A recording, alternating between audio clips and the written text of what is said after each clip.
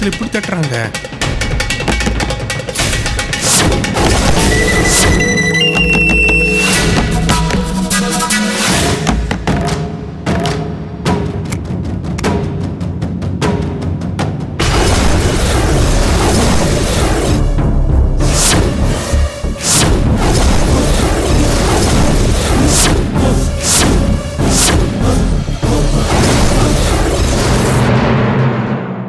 யாரு நீங்க?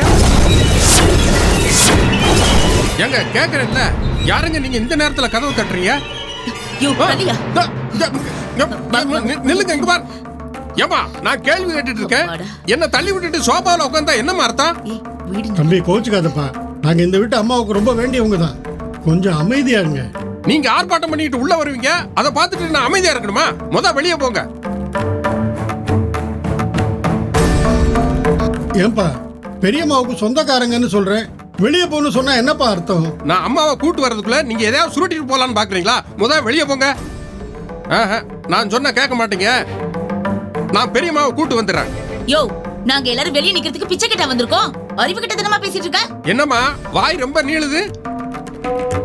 முன்ன பின்ன தெரியாதவங்களை வீட்டுக்குள்ள உட்கார வச்சுக்கிட்டு விருந்து வைக்கணும்னு சொல்றீங்களா? மரியாதையா நான் அம்மாவை கூட்டு வர்றதுக்குள்ள நீங்க வெளியே போய் நில்லுங்க. யோ, வெளியே போன்னு சொல்லிட்டு இருந்தா கொழுத்தோட அடிச்சு கொன்னுடுவேன். இதோட வாயை மூடிக்கோ. என்ன மாவச, என்ன கோகிலா, சதாசிவ மாமா எப்படி இருக்கீங்க? என்ன மாமா தலையில கட்டு போட்டிருக்கீங்க? என்ன இந்த நேரத்துல வந்திருக்கீங்க? இப்ப எதுவும் சொல்ற நிலைமையில இல்லம்மா. சரி, நீங்க எல்லாம் ஏதாவது சாப்பிட்டீங்களா?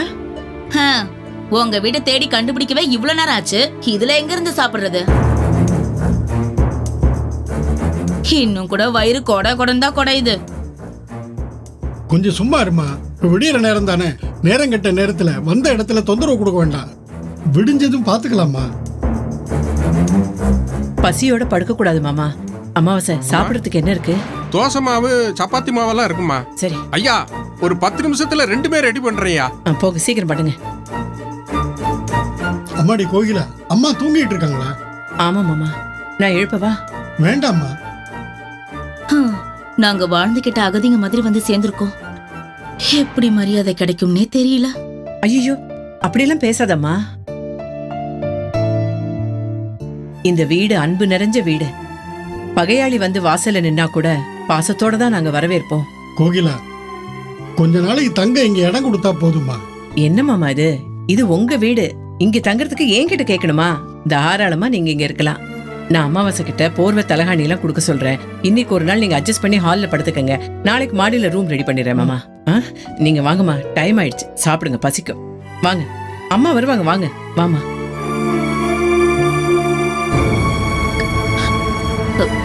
மாமா, என்ன மாமா இது?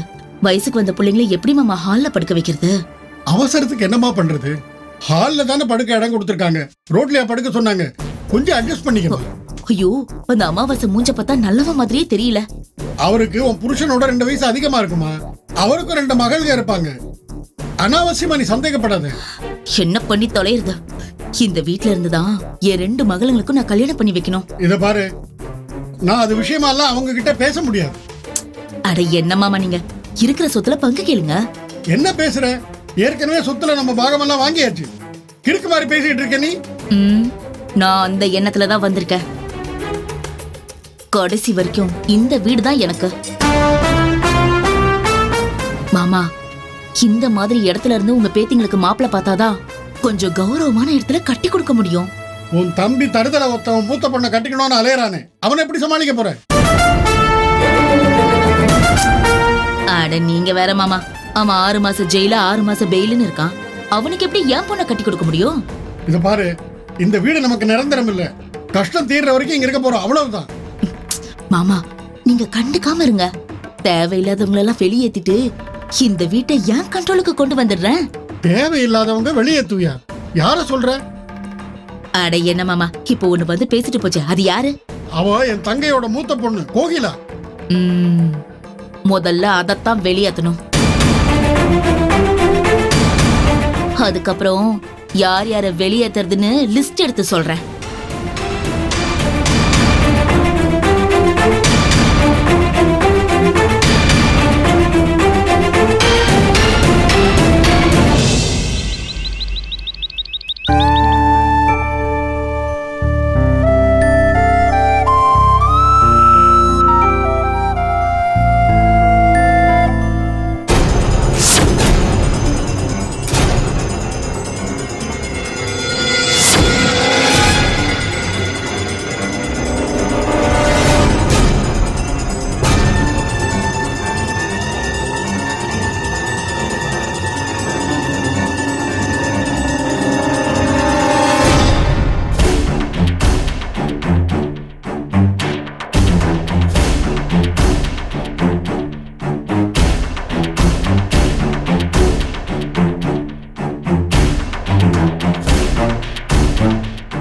இது ரயில்வே ஸ்டேஷன்ல படுத்திருக்கிற மாதிரி படுத்திருக்காங்க? எல்லாம் இந்த அமாவாசையோட ஆளுங்களா தான் இருப்பாங்க. அமாவாசை நில்லு. இது என்ன கவர்மெண்ட் சத்திரமா? என்ன உன்னை கேட்கறதுக்கு ஆளே இல்லைன்னு நினைச்சிட்டியா? எதுக்குமா இப்ப வேஸ்டா கத்திட்டு இருக்கீங்க? உன் சொந்தக்காரங்கன்னா வெளியில பாய போட்டு படுக்க வைக்க வேண்டியது தானே? இப்படியே நடு வீட்டுல படுக்க வைப்ப? எழுப்பே எழுப்பே. அம்மா நான் எதுக்குமா எழுப்பி விடணும்? உன் சொந்தக்காரங்க தானே? அம்மா படுத்திருக்க எல்லாருமே உங்க சொந்தக்காரங்க. என்னது இந்த அன்னாடம் காட்சிங்களா ஏன் சொந்தக்காரங்களா? இந்த வீட்டு பாலாமணி அம்மாவுக்கு சொந்தக்காரங்கன்னா உங்களுக்கும் சொந்தக்காரங்க தானே? பாலாமணியோட சொந்தக்காரங்களா? ஏன் சொந்தக்காரங்களா இப்படி இருக்க மாட்டாங்கப்பா? வேற எப்படி இருப்பாங்க? உங்க சொந்தக்காரங்களா 4 கால் இருக்குமா? சரியான மிருக குடும்பமா இருக்கும் போல். புதுசா ஒரு கும்பல் உள்ள வந்திருக்கே. நம்மள இந்த வீட்டை விட்டு வெளியே அனுப்புறதுக்காக இந்த கோகிலா ஏதாவது பிளான் பண்ணி வர வச்சிருப்பாளோ? அமாவாசை இவங்க நீங்க முழிச்சிருக்கேன்னு தெரிஞ்சா அந்த பக்கமே வந்திருக்க மாட்டேன். சொல்லுங்க. இவங்க எத்தனை நாளைக்கு இங்க இருப்பாங்க? யாருக்கு தெரியும்? கோகிலாமா தான் இவங்கிட்ட பேசிட்டு இருந்தாங்க. அநேகமா இவங்களுக்கு ஒரு ரூம் கொடுக்க வேண்டியதா இருக்கும் போல் இருக்கு. சந்தேகமே இல்ல, இது கோகிலாவோட ஏற்பாடா தான் இருக்கும். எங்களை துரத்துறதுக்கு இன்னொரு குடும்பத்தை கொண்டு வந்து வச்சிருக்கா. இந்த கோகிலாவை சாதாரணமா நினைச்சது தப்பா போச்சு. பாப்போம் யாரு யார துரத்துறாங்கன்னு. அண்ணே அண்ணே அமாவாசை அம்மா அண்ணன் வந்திருக்காரா? ஆமாமா. பாலாமணி எப்படிமா இருக்க? அண்ணே ஆமா. அண்ணன் வந்துட்டீங்களா? பார்த்து எத்தனை வருஷம் ஆச்சு? குற்ற உணர்ச்சி தாம்மா, அதனாலதான் வர முடியல. மகாதேவன் இறந்ததை கூட பேப்பரை பார்த்தான் தெரிஞ்சுக்கிட்டேன். ரொம்ப மனசுக்கு கஷ்டமா போச்சுமா. அண்ணே மகாதேவன் உயிரோட தான் இருக்கான். மகாதேவன் உயிரோட இருக்கானா? என்னமா சொல்ற? பல குழப்பமாகி கடைசியில இறந்தது மகாதேவன் மாதிரி வேற ஒரு ஆள்னு நேத்து தானே தெரிஞ்சது. கேட்கவே சந்தோஷமா இருக்குமா. ஆமா, நீங்க எதுக்கு நான் தலையில கட்டு போட்டிருக்கீங்க? அது வந்து ஆமா, இவங்கெல்லாம் யாருன்ன? அது என் மருமக மாரியம்மா. இவங்க 2 பேரும் என் பேத்திங்க.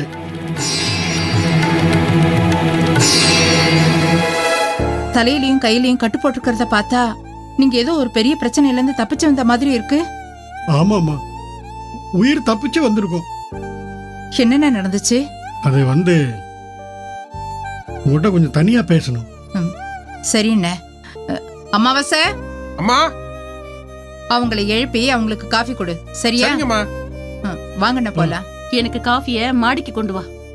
முத போய் பல்ல வளக்குங்க, கொண்டு வர்றேன்.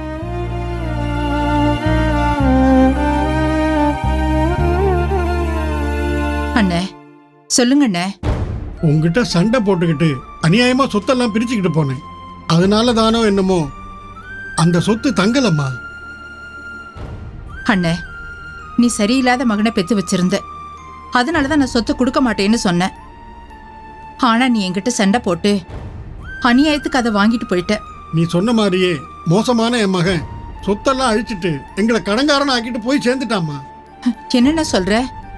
அவன் இறந்த தகவலை கூட நீ எனக்கு சொல்லல. உன்னை அநியாயமா நோக்கடிச்சிட்டு போன குற்ற உணர்ச்சி தான்மா காரணம். இப்ப மட்டும் குற்ற உணர்ச்சி இல்லையாங்கிற மாதிரி பாக்குறியா பாலாமணி? ஐயோ அப்படிலாம் இல்லைண்ணே. அடிபட்டிருக்கே, இதுக்கு என்ன காரணம்? என் மருமகளோட தம்பின்னு ஒரு தருதல் இருக்காமா. அவன் யாரையோ கத்தியால குத்திட்டானா. குத்துப்பட்டவன் சாக கிடக்கிறான். அவங்க ஆளுங்கெல்லாம் அவனை தேடி எங்க வீட்டுக்கு வந்தாங்க. அவன் இல்லாததுனால எங்களெல்லாம் அடிச்சு துரத்திட்டாங்கம்மா. போலீஸ் ஸ்டேஷன்ல கம்ப்ளைண்ட் கொடுத்துட்டீங்களா அண்ணே? உயிர் பழிச்சா போதும்னு துணிமணிகள் எல்லாம் எடுத்துக்கிட்டு ஓடி வந்துட்டோமா. என்னென்ன வயசுக்கு வந்த 2 பொண்ணுங்களை வச்சுக்கிட்டு இப்படியா பண்ணுவீங்க? அவனை வீட்டு பக்கம் வர வேண்டாம்னு சொல்லியும் கேட்க மாட்டேங்கிறாமா. மூத்த பேத்திய கட்டி தர சொல்லி நச்சரிக்கிறாமா. அந்த தருதலைக்கு தெரியாம கல்யாணம் பண்ணவே முடியாதா? அவளை யாராவது பொண்ணு கேட்டு வந்தா அடிச்சு துரத்தி விட்டுறாமா. அப்போ அந்த பொண்ணுங்களுக்கு வாழ்க்கை அமையிறது ரொம்ப கஷ்டம்னு. எங்கம்மா, பொண்ணை பெத்தவ பொறுப்பா இருந்தா தானே. அவன் கூட பிறந்த தம்பி மேல கண்மூடித்தனமான பாசம் வச்சிருக்காமா. அதனால இவளே அவங்கிட்ட போய் தகவல் சொல்லிடுறா. அது சரிதான். பொறுக்கி பயலுகளுக்கெல்லாம் பொண்ணு கொடுக்க கூடாதுன்னு என் பேத்திகளுக்காக தாமா நான் உசரியே வச்சுக்கிட்டு இருக்கேன். நீ மனசு வச்சா அவங்க 2 பேருக்கு ஒரு நல்ல வாழ்க்கை கிடைக்கும். சரிண்ணே, அதை பாத்துக்கலாம். வாங்கண்ண உள்ள. இதான் என் மருமக மாரியம்மா. அவங்க 2 பேரும் என் பேத்திங்க. வாங்க. நீங்க பேசிக்கிட்டு இருங்க, நான் முகம் அலம்பிட்டு வந்துடுறேன். சரிங்கண்ணே. பேர் என்னம்மா? ரேவதி பாட்டி. என்ன படிச்சிருக்க? பிபிஏ படிச்சிருக்கேன். ஓஹோ, அப்படியா? ம். நீமா? நான் காயத்ரி, பிகாம் படிக்கிறேன். ரொம்ப சந்தோஷமா. நான் உங்க பாட்டி தான். இத உங்க விட நினைச்சுக்குங்க, கூச்செல்லாம் பட வேண்டாம். சரி பாட்டி, ஆனா உங்க வீட்ல கொஞ்ச நாளைக்கு கெஸ்டா தங்க தான் வந்திருக்கோம். நான் உங்களை என் சொந்தக்காரங்களா தான் நினைக்கிறேன். பொண்ணுங்களுக்கு பொறுப்பான அம்மாவா இருந்து அவங்களுக்கு ஒரு நல்ல வாழ்க்கை அமைச்சு தரத்துக்கு நீதான் ஹெல்ப் பண்ணணும். அதுக்குள்ள என் மாமனார் என்ன பத்தி போட்டு கொடுத்துட்டாரா?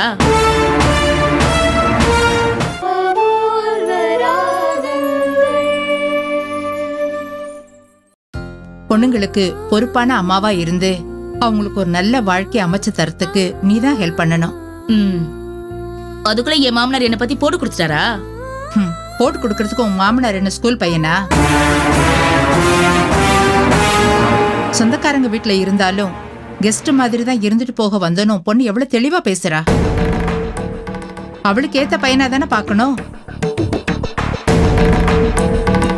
உன் தம்பிங்கிறவன் இந்த வீட்டு வாசல்ல மிதிக்கவே கூடாது.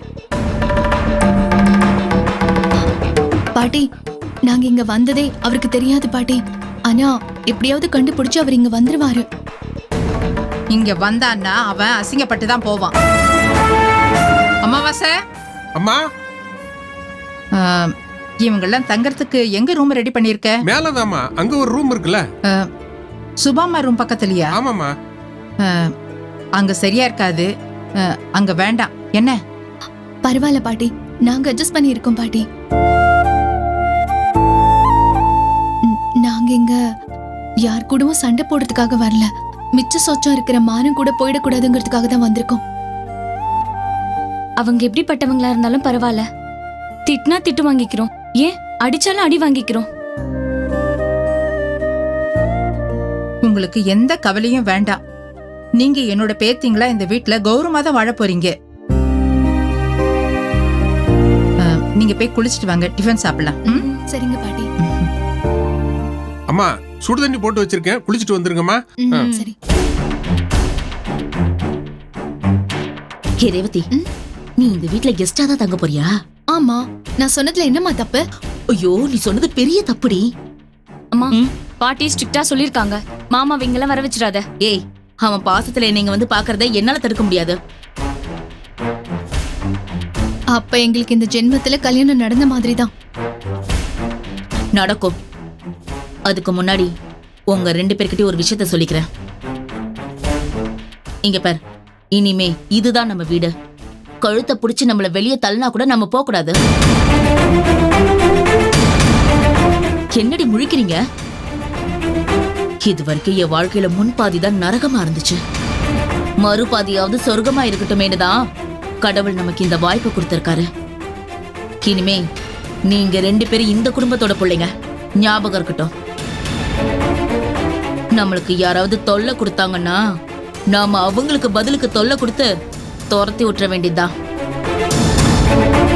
அப்போ பாட்டி தொல்லை கொடுத்தா அவங்களையும் துரத்தி விட்டுற வேண்டியதுதான். இருக்கிற இடத்தை தக்க வச்சுக்கிறதுக்கு இந்த மாரியம்மா என்ன வேணாலும் செய்வா.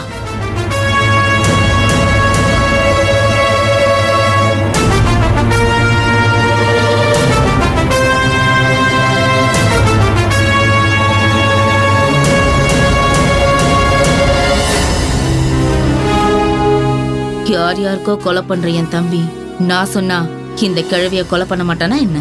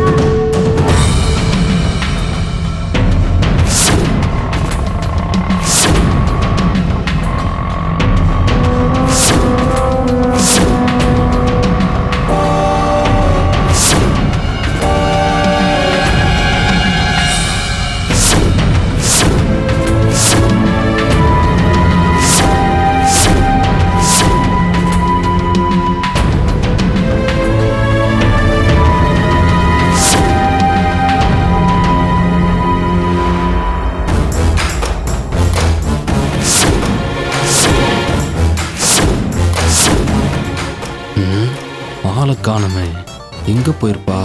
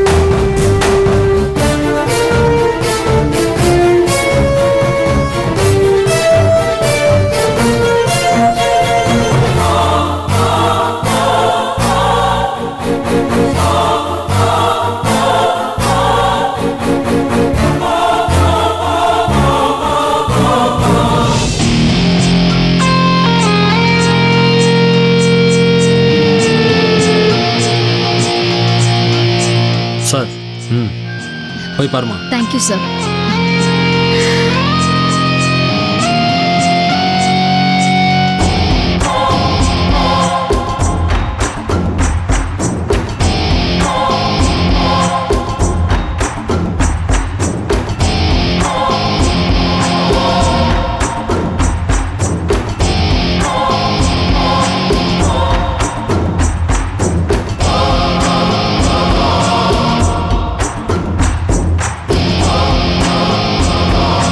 என்ன எதுக்கு பார்க்க வந்த? பகைய ரினிவல் பண்ணலான்னு வந்தேன். உன்னால பகைய வளர்க்கத்தான் முடியும், என்ன ஜெயிக்க முடியாது. ஒவ்வொரு தோல்வியும் வெற்றிக்கான படிக்கட்டுன்னு சொல்லுவாங்க. சோ தோத்து போறத பத்தி கவலைப்படுறது இல்ல இந்த மாதவி. வந்த விஷயத்த சொல்லிட்டு கிளம்பு.